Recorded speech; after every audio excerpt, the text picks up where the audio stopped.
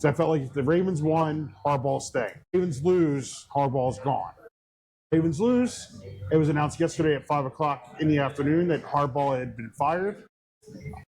Depending on which NFL insider you want to talk to, apparently there was two developing issues that happened in the conversation with Steve Bisciotti, the owner, and Eric DeCosta, the general manager. Apparently one of those conversations was what they call play it back, where they're retaining the coordinators, Zach Orr and Tom Monken. Apparently it got heated from that point on. And then there's another report that Lamar Jackson, who's due $79 million next 2 years against the Cat, would not restructure if Harbaugh was still the coach. So he had an 18-year run as the head coach here in Baltimore. It was time to change. A lot of the in-game stuff was horrible. As a football coach, as a basketball coach, as a lacrosse coach, you have to have the feel for the game. I thought the last 5 years, Harbaugh did not have no feel for the game.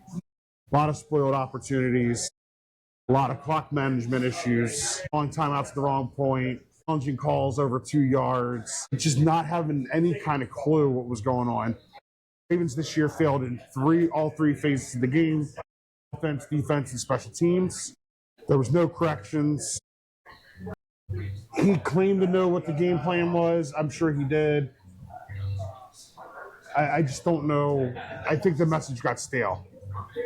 Anytime you have coaches that are around for a large amount of time, the message gets extremely stale.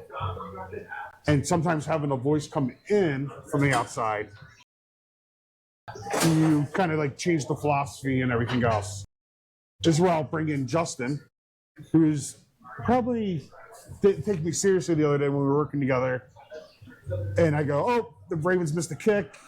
Season over. So,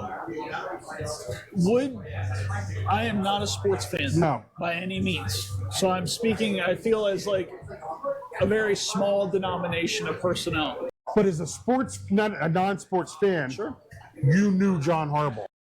I know, but what I'm getting at is listening to what you just said.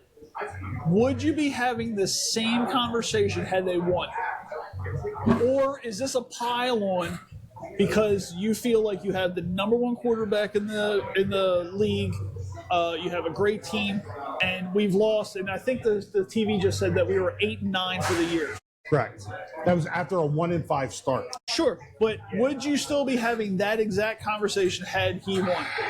No, because they'll be in playoff mode. Right. So it's very the conversation's very emotional. Yes. So you have a losing thing. You go, unfortunately, I don't answer me if this is true. Does the coach actually have a say on who gets to play, or is it in the contracts of certain players that go, I'm worth $164 million, so I get to play every game? For NFL or a college sideline, who goes in the game is left on the coaches, the position-specific coaches. Always. I'm talking, except for when it comes down to quarterback. I'm talking specifically for the Ravens. Apparently, the Ravens came out 2 weeks ago and said when Derrick Henry wasn't getting his carries, it was a position coach choice. So I find that to be crap. If I were a $50 million a year Ravens player, am I guaranteed to start every play, or do I still? Yes, but the Ravens have been known to bench $50 million players. Oh. So the coach does, because I'm listening to, and again, I don't know shit from shingles when it comes to sports. So I look at, you go, okay, he's been with us for 18 years. 18 and we years. won 2 championships with him. One championship, and you go, maybe it's just time. It is time because, like I said, the message has to change. But also, at the end of the day, it's like, okay, we're no longer the Super Bowl winning championship team, right? We have a bunch of new people. I don't think anybody's on that team anymore. That's 15 years removed. Right. So, and that's when everything seemed to be rolling right. But, like, go 18 years, it's just time to move on. Like, you can't fire the team. No, because here's the thing, and I will tell you this. The Ravens went 8-9 this year. They were picked to go to the Super Bowl. They were picked to have the greatest roster of the entire NFL. And you fall short of everything. Right. And again, it is what it is. You can say you're the best all the way around. Look, the Yankees have the most high at one point had the highest most expensive payroll, and they still couldn't win. But you sit there and you go, obviously the coach has to go. Correct. And this comes on the heels of the Orioles firing their coach after falling short of their expectations. But aren't there 6 coaches that just got fired? Correct. Yeah. But those teams are they're well. So let's